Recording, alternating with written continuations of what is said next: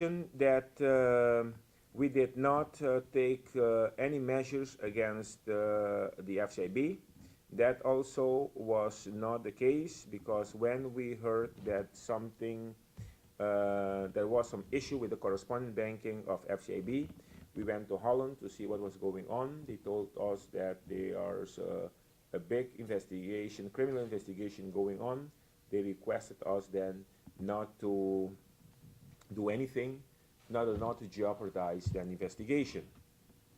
But the first problem started when in 2007 the Dutch prosecutor approached us with a court order to get certain information, and they told us that we also have then to we have to be interrogated. And once we were interrogated, after our lawyers reviewed the court order, they said that that court order is just an order to give information and not for interrogation. So all the information provided to them by officials of the central bank is not is not correct, because the bank is subject to the confidentiality, and then the public prosecutor has to return those information. So they refuse to return those information, and then we started then a court case against the public prosecutor because they refused then to give us an information which we thought that they obtained illegally. And of course, they were not happy with that because we started a court case against them. And since then started then those allegations and pressuring of the central bank, and with a lot of false allegations. This continue to a point that the public prosecutor approached then the central bank, saying that the central bank, well, we wanted to make a settlement of the FDIC. We want to settle this case initially for 80 million euro. And then if you sign, since you have been awarded the authority to run that institution, so you have the power to sign a settlement. So what we want then is for you to agree for us then to get 80 million, because once they started with investigation, they put then an embargo on 80 million euro of the bank. Well, our position was that the money that you have is the money of the depositors. If the management did something wrong, you have to penalize management. We cannot penalize innocent depositors. And at the same time, when they started the court case, the public prosecutor requested then a penalty of a fine of 3 million euro for the bank and $500,000 for the two directors.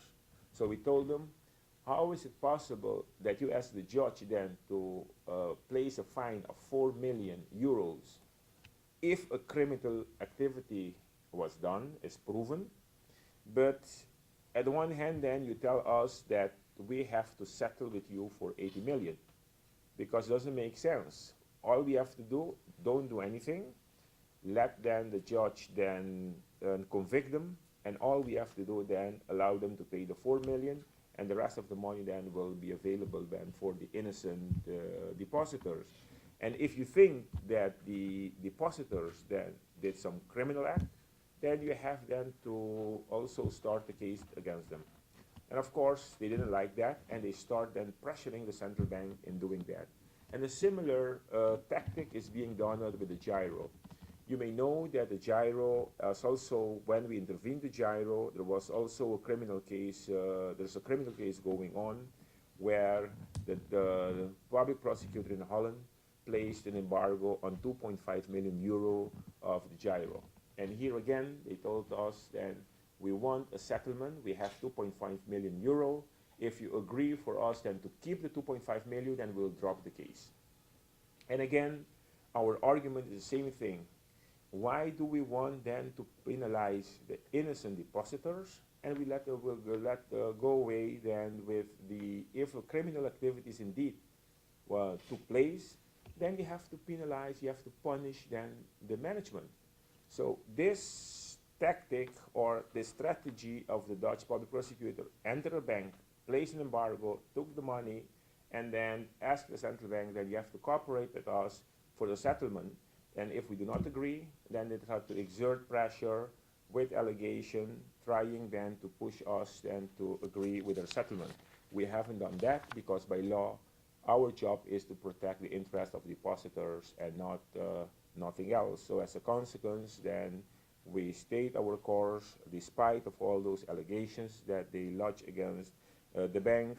We did not agree with a settlement of 80 million, and they kept on lowering the amount till they lowered the amount, if I'm not mistaken, for 40 million euro. We agreed on that, and the reason why we agreed is that because we paid a substantial amount of legal fees, and if you continue with that litigation, then you may end up paying more than 40 million in legal fees.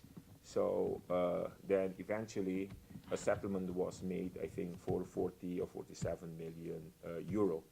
But that's at the heart of those allegations of FCIB and its shareholder, John Deuys. And our position is that if it's John Deuys who did something wrong, you have to penalize him and not the depositors. The same goes through with Gyro. If the management did something wrong, you have to punish management and not take the money of the bank and then with the consequence then for the depositors. Another accusation that was lodged in the article of the Financial Times, Financieel Dagblad, was that the loans that we were made to the St. Martin Harbor and Aqualectra, they have to be classified as doubtful. When asked why do they have to be classified, then no reason can be given. But then, and as you know, the reason why we gave both loans, both to the harbor and Aqualectra, is for a legitimate monetary policy reason, and also for also with the positive social implications there. Both the loans in St. Martin, as you know, tourism is very important, if not the most important pillar of our economy here in St. Martin. And the harbor is a critical element for that industry. The tourism industry is the main contributor of foreign exchange in this monetary union, so as a consequence then investment in that critical sector of the economy of the monetary union, I think, is essential for the economic development and well-being of this country. And also as part of our policy to continue to develop the capital market, both in Curacao and St. Martin, I still think is a good decision. And also in the case of Aqualectra, you may know that Aqualectra used to pay an average of 14% of interest on the capital. Utilities are very capital intensive. The bond was issued for 6%, was a substantial saving in the capital cost of the utility, with a positive impact then for the company in order to allow it then to reduce the price of electricity and water. And those two loans are performing. Both Aqualectra and the St. Martin Harbor comply with their obligations for those bonds.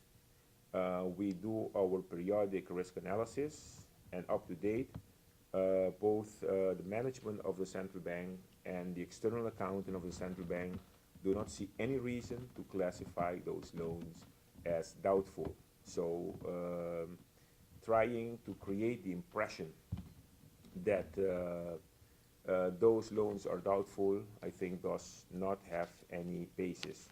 Another article that appeared in the June 10th